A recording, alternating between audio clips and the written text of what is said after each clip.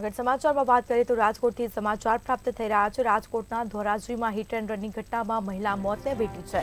મહિલાનું મોત થયું છે। ઉપલેટા હાઈવે આઈટીઆઈની સામે ઇકો કારની અડફેટે મહિલાનું મોત થયું છે। તો સોનલબેન ગંગા જાડિયા નામની મહિલાનું મોત થયું છે।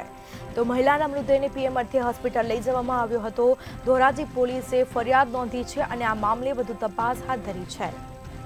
તો રાજકોટના ધોરાજીમાં હિટ એન્ડ રનની ઘટનામાં મહિલા મોતને ભેટી છે। મહિલાનું મોત થયું છે। તો બીજી તરફ આ મામલે પોલીસે વધુ ફરિયાદ દાખલ કરીને તપાસ હાથ ધરી છે। તો મહિલાના મૃતદેહને પીએમ અર્થે હોસ્પિટલ લઈ જવામાં આવ્યો હતો। તો રાજકોટ ધોરાજીમાં હિટ એન્ડ રનની ઘટનામાં મહિલા મોતને ભેટી છે।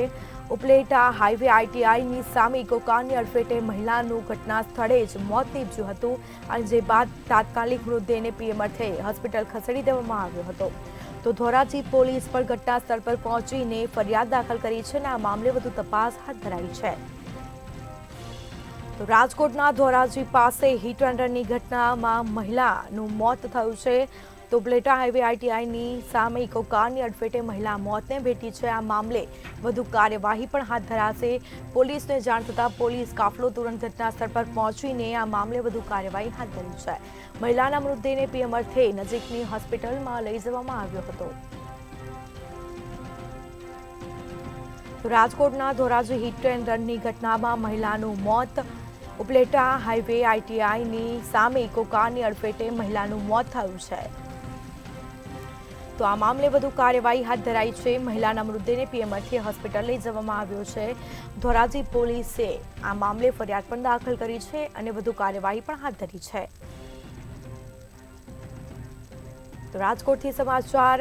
રાજકોટ પાસે હિટ એન્ડ રનની ઘટના બની હતી અને જેમાં મહિલા મોતને ભેટી છે। તો તાત્કાલિક તેના મૃતદેહને પીએમ અર્થે હોસ્પિટલ લઈ જવામાં આવ્યો હતો।